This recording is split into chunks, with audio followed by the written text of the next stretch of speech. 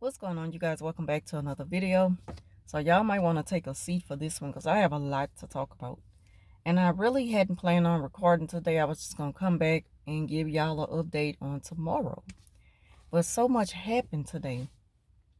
So I went into work and there was still a lot of talk about the narc and how why she called the sheriff.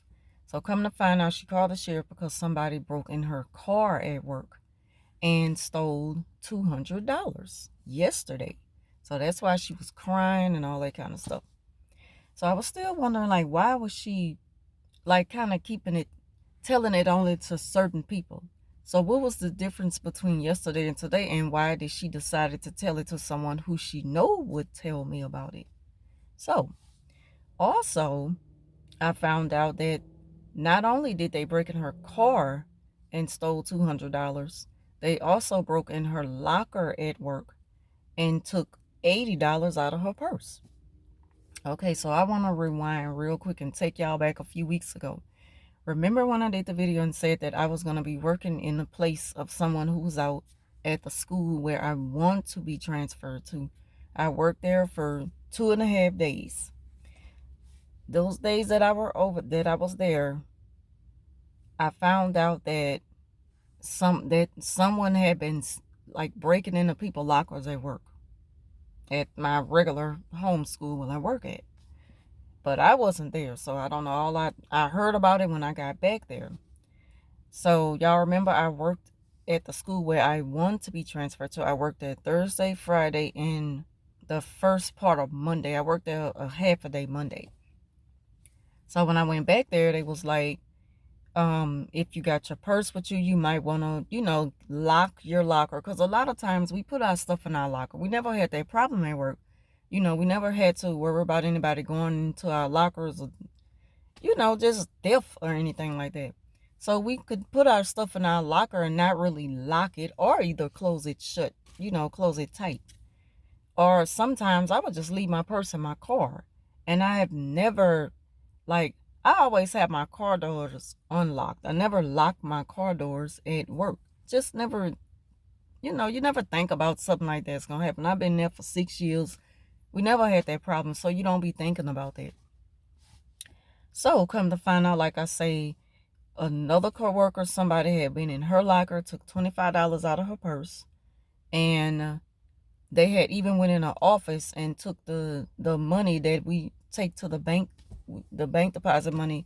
They took the money off the desk. They, like, who would bold enough to just go in and just take money, and we usually have it put in the bank bag at the end of the day, but sometimes until the person get to that part of the paperwork, it just sits on top of the desk in a certain area. So in order for someone to really know where their money is, they have to already been scoping out and kind of just keeping up with the routine that those who have to handle the money, they have to really be paying attention to know where we sit the money at the end of the day. And like I say, somebody has been just stealing, going in people's lockers and taking people's money. And so, yeah, so she called the sheriff out because of that. So the sheriff went up to the front office. They rolled the cameras back. Unfortunately, the cameras don't pick up at that back area where we park at work. So it's just a loss. I mean, and that's for everybody. Like anybody whose car was broken into, the camera wouldn't pick it up, including mine's. And mine's is closer by the door where we go in at, so you're really not going to see. If anything, it's further out. The cameras reach the view further out into the parking lot where the school buses pull up at.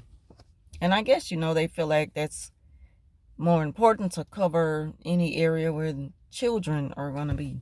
So, with that being said, I never mentioned that when I got back to work those 3 days that I was at the other school, I came outside to my car one day to get change for $5 for someone inside at work. And we have a new guy. And he was in my car, and I was like, what you doing in my car? What you looking for? And he said, oh, your car doors was unlocked So I was looking through your purse to see, he said, I was looking through this purse to see who the car belongs to, looking for a license. And I'm like, this is my car. So, and he just walked away, and I'm just thinking like, what the hell just happened? Why was he in my car? And this is the new guy who's working with us. And he had just started there, had only been there about 2 or 3 days. Probably at 4 days at the most. Because the 3 days that I was gone to the other school, he started the day before. So I was at the other school that Thursday and that Friday and that Monday. He started with us on that Wednesday. So I had really only worked with him 1 day before I ended up going to the school where I want to be transferred to. So when I made it back to work on that Monday, because I only worked a half a day at the school where I want to be transferred to, I made it back to my home school, my regular where I work at, on that Monday. And yeah, so that's what happened. But I didn't say anything about it. I didn't go back inside and tell anybody, this what just happened. I just got this boy in my car and stuff like that. So I know that I didn't have money in my purse. I only had my bank cards in my purse. So I'm thinking like, I'm just thinking like, what the hell's going on? But I didn't think that he was trying to steal money out of my purse or anything. I didn't think he's breaking into my car. I wasn't even thinking none of that. I was just shocked that he was in my car at that moment. So that's that. Okay, so fast forward back to today. So yeah, the person told me this morning that's the reason why she was crying and had called the sheriff out. So when I told her that, she was like, oh my God, I know you lying. And guess what? She was like, he came to me yesterday and asked me, do I have change for $200 bills? I was like, what? And again, I'm like, I'm just shocked that all this is going on. We never had to deal with this at work. At the same time, we're talking about the narcissist, and I really don't care. To be honest with you, I'm not even going to pretend like there's any fake outrage or sympathy. I don't care. I don't have nothing for her concerning whatever happened to her. I just don't care. And so she called her over and was like, come here, guess what? And I was like, why are you calling her over there while me and you are having a conversation? I'm telling you that I caught him in my car. So everybody just kind of putting their heads together and just speculating that maybe he's the one who's doing it and stuff, because he just have this thing about him, like very strange behavior. And sometimes he just come up missing at work. He just disappears and nobody can find him. And he's gone for like an hour. Like, who does this? And so it's been issues about that. Like, people, they pay attention to that. But, so she calls the narc over like, guess what? Felicia just said that he did this. And I'm looking at her like, why would you call her over here? I'm not trying to hold a conversation with her. I was telling this to you. Why would you call her over here while I'm talking to you about what I'd seen him do, and stuff? I caught him in my car. So she was like, the narc, she was so happy to be able to just be in the presence of me and she tried so hard to hold a conversation, and I was giving her nothing. She was like, for real, Felicia? And the look in her eyes was so dead. It was nothing there, like fake concern. Like, she couldn't care less about me catching somebody in my car. And I'm like, yeah, but I caught him. And he didn't steal from me because I caught him and I locked my car doors. I haven't had a problem since.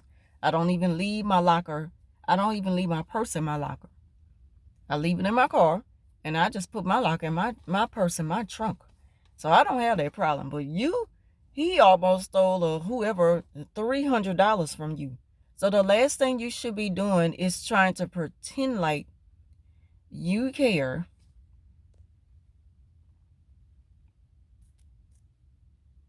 I think somebody was trying to call me.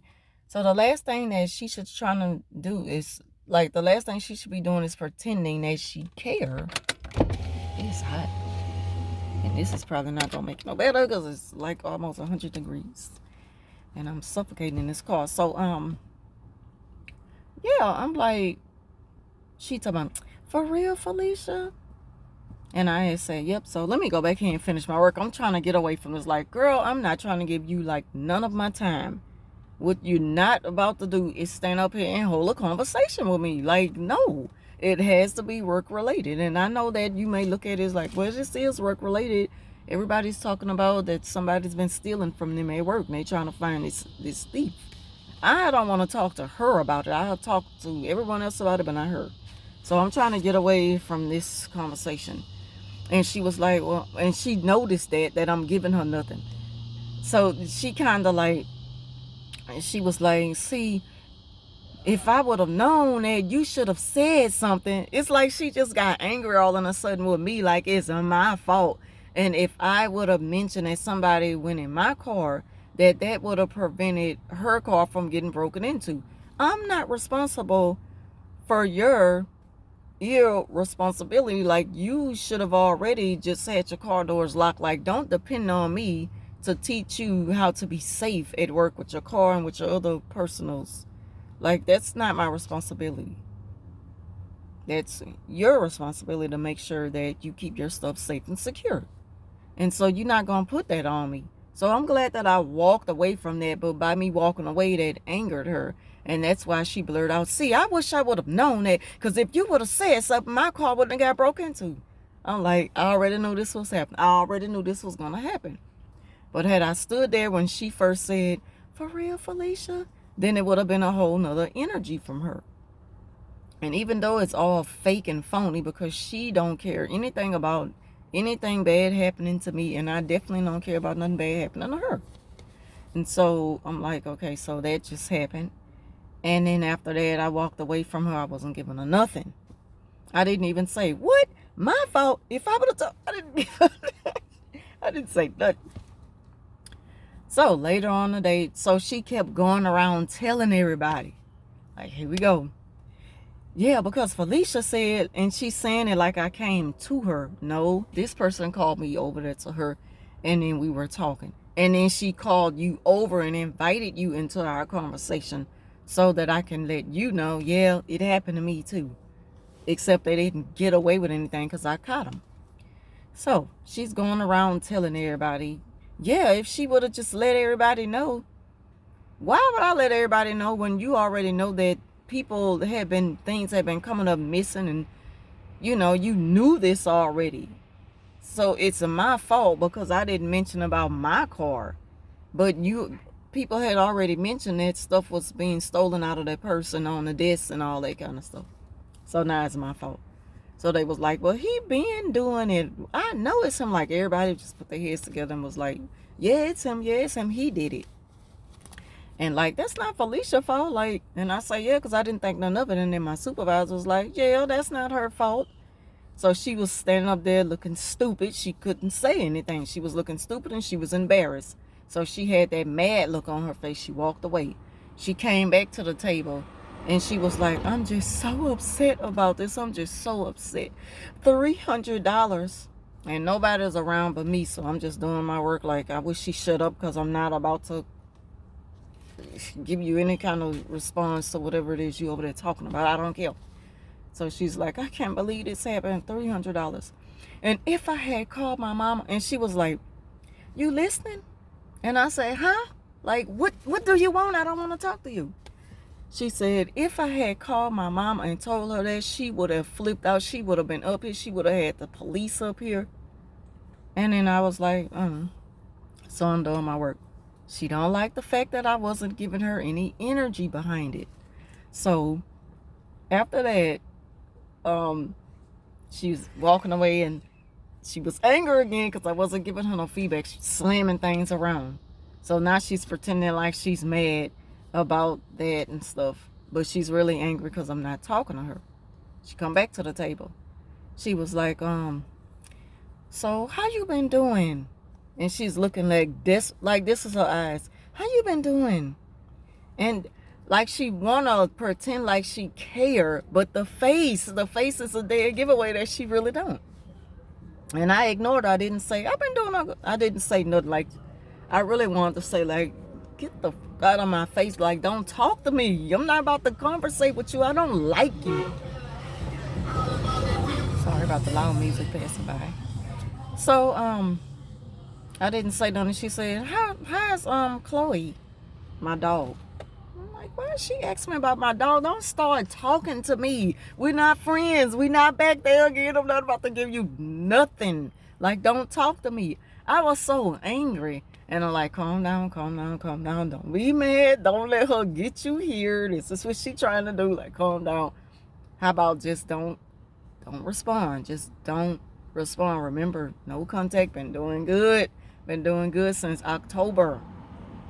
Don't mess this up for yourself. So that's pretty much how the day was, y'all. I'm trying not to make this video too long, but I did just want to give y'all a quick update. And a waltz is trying to get in my car. So I'm going inside. I'm going to talk to y'all later.